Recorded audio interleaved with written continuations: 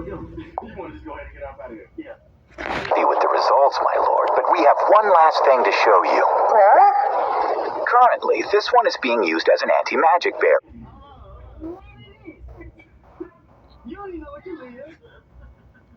Whoa, is that a JoJo reference? No, it's a movie. Our story begins with a not-so-pleasant birthday party where a man, Katagiri, is holding his guest captive. The police storm in, but they're too late. As the man flees, the police chief can do no more than watch him get away. Though, the escape is short-lived when a mysterious man, Kicho, appears, clutching a bow and arrow. Congratulations, you have been chosen. Katagiri then revives, and the water behind him erupts in the shape of a creature. He's later interrogated by the police, when suddenly, a drop of water lands on one of their cheeks. The policemen look up to find the roof leaking. Before they know it, the room has been flooded. Suddenly, the water erupts. Then, we get our first look at the true nature of Katagiri's power, before he heads out. By the way, these powers are called stands, and only stand users can see them. Meet Koichi. Oh look, the manga, and even an anime poster. How relatable. During a walk before he heads out. By the way, these powers are called stands, and only stand users can see them. Meet Koichi. Oh look, the manga, and even an anime poster. How relatable. During a walk to school, he stopped by some gangsters demanding payment for passage. When he doesn't pay up, they toss his bike. Suddenly, a dripped-out student, Josuke, appears and just walks past. One of the gangsters shoulder bumps him and tries to start a fight over it, but Josuke doesn't pay him any mind. That is, until the guy tells him his hair is stupid. See, you don't say that about Josuke. A fire is lit deep within him, and he marches forward. The dude gets yeeted onto Koichi's bike, bending it in the process. Josuke looms over the man and tells him to respect his drip. As Josuke walks away, the bloodied man's wounds miraculously heal. Koichi thanks him, but points out the fact that his bike is now broken. Oh, that? I got you, fam.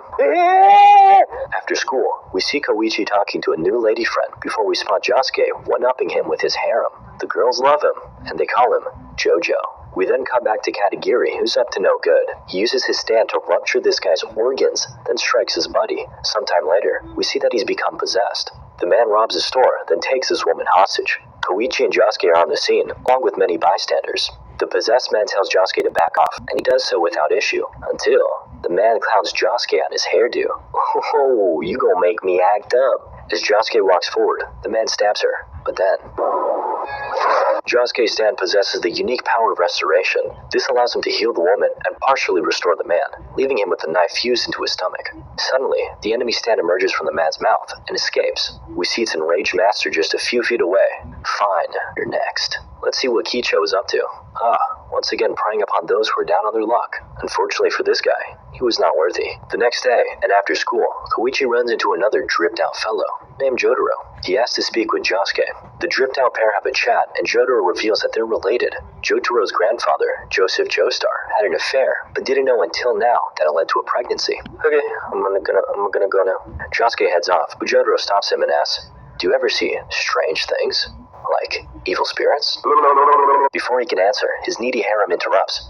Oh my god, Josuke, you have something in your hair, let me fix it, haha. Jotaro tries to get his attention back by saying, hey, cut it with that stupid hair talk. Oh no, you said stupid and hair in the same sentence. Now my man's is about to see red, and bodies are gonna start dropping. While Jotaro tries to explain his innocence, Josuke strikes.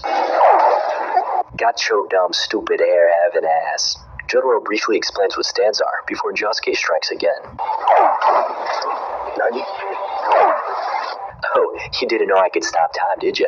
Surprise, motherfucker! The girls cry out for their mans, but Jotaro literally says, stop, noisy woman bother me. Based. Josuke accepts defeat, but refuses to continue chatting. Following the encounter, Jotaro returns home and reflects upon the dangers that lie ahead while inspecting a photo of Katagiri and his stand. We cut to Koichi who, my god, look at the top of this man's head. Anyway, he senses the gaze of another.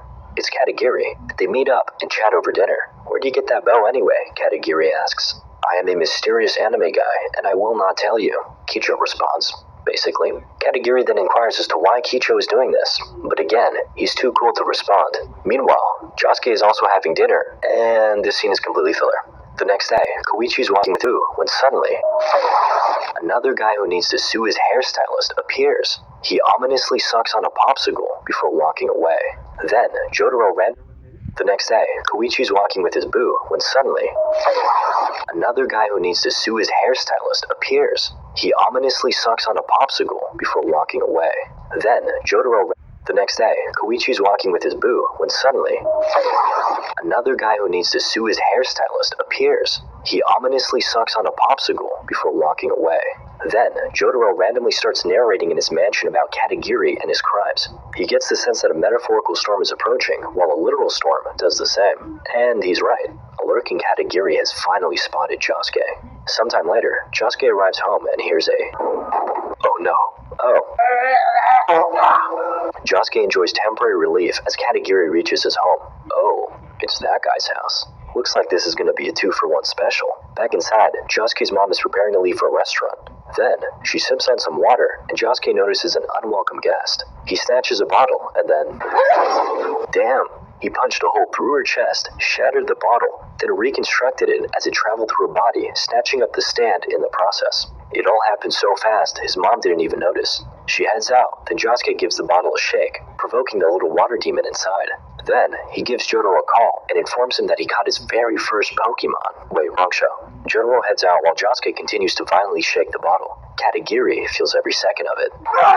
Josuke very quickly becomes distracted, and in his absence, the stand morphs its appearance into that of liquor. It even slaps a logo on the bottle. Now that's just cheating. Old Grandpa is quickly enticed, and by the time Josuke comes back, he's already gone. Damn, Gramps is really out here trying to become a bodybuilder. I should check on the... Oh god, they got him. Jotaro arrives, and while Josuke heals his Gramps, he heads downstairs. He finds the house in shambles, and then Katagiri speaks to him through the stand. Oh, so you can hear me too. I'll have to take you down first. Water blasts ricochet around the kitchen before the stand emerges. Josuke comes down and quickly becomes the target of a vicious attack. Jotaro strikes a pose so beautiful that it stops time itself. His stand smacks the H2O out of that little devil and then unleashes a barrage of strikes. Though, the attack is ineffective against the stand's aqueous body. The two JoJos stand back to back as the room begins to engulf in steam. How are we gonna slip out of this one, Josuke? Slip? Let's smash. No, not like that. Like this. The pair enters through the newly made entrance before the steam can enter. Once sealed, a terrifying revelation hits. There's a steam humidifier in the room. The stand seizes the opportunity and Josuke is all but finished. Unless, through the power of anime, he comes up with a wacky solution. Though we never got to see it, apparently Josuke used his stand to chop up this glove and swallow it for safekeeping. Once the enemy stand entered him, he restored the glove and once again captured the little demon. The pair heads upstairs to check up on Gramps, but he's still sleeping, permanently. Though Josuke healed his wounds, he was already long gone. Jotaro explains that once a soul has been lost, it cannot be returned. They head outside to confront a very angry Katagiri, but after a few yeets across the backyard, he's much more talkative. How did you become a stand user? Jotaro asks. I was struck by a bow, wielded by a mysterious young man.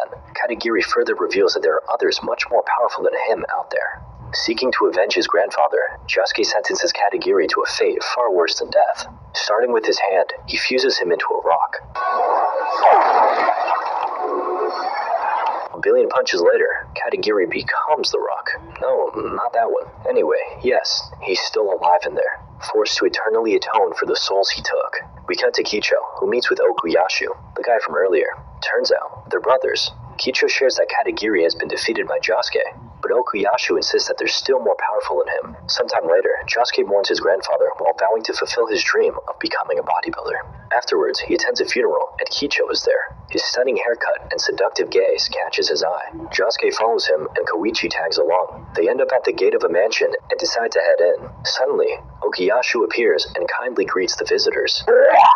Then, Kicho fires an arrow at the now-downed Koichi. Okuyashu whips out his stand and wildly charges forward. Oh.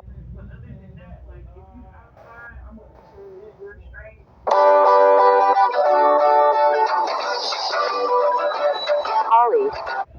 Oh, I don't think you have any idea how fast I really am. Nonetheless, Okuyashu tries his luck again, this time striking with an open palm. Josuke dodges the attack, and the sign that was struck instead has had a piece of itself deleted. Okuyashu explains that his right hand erases things, and the space left behind quickly gets joined back together. He takes advantage of this trick by slicing the air between them, causing Josuke to effectively teleport. Any hope of escape has now been lost. But that's okay. Josuke has a 200 IQ. He stands in front of a statue and baits out the next attack.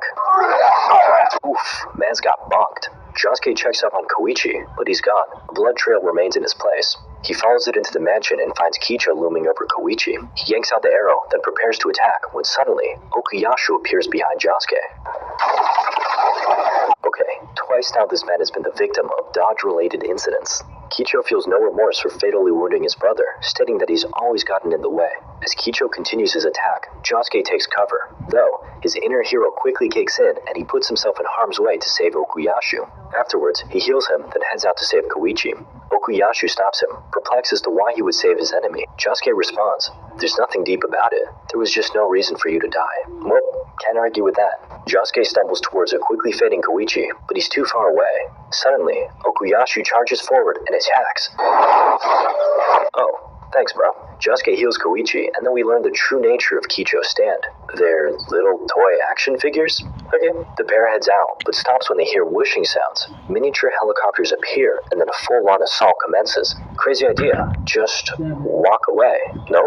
Okay. Josuke goes toe-to-toe with the army. And then Koichi warns him of an incoming tank. Wait a second. How can you see that? Whoa. Turns out he was worthy after all. A battalion of tanks pulls up, headed by Kicho, who unveils his stand's name, Bad Company. After noticing that Koichi can see the stand, he asks him to unveil his power, but he's a little shy and needs some convincing. Oh, is that an egg? Well, go on, attack me. Possessing neither the courage nor skill, Koichi kinda just stands there. Kichi orders his army to fire upon Josuke, and Koichi's promptly moved to safety.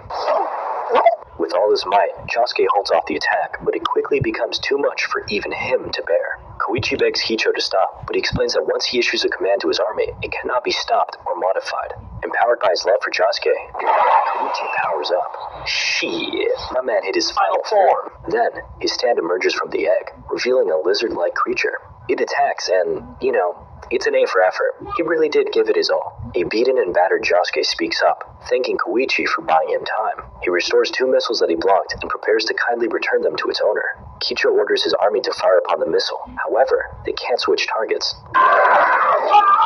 Damn, man's got hit by the Uno reverse. Josuke and Koichi follow a wounded Kicho upstairs, though they find a monster instead. It's in fact Kicho's father, but we never learn how or why he became this way. Apparently, he's also immortal, and Kicho's been looking for a stand user to finish off his dad, because he hates him, hence why he's been creating more of them with the bow. Not even Okuyashu's erase ability can get the job done. Out of nowhere, Josuke randomly punches his box and repairs the torn photo the monster was fiddling with, revealing it to be a family picture.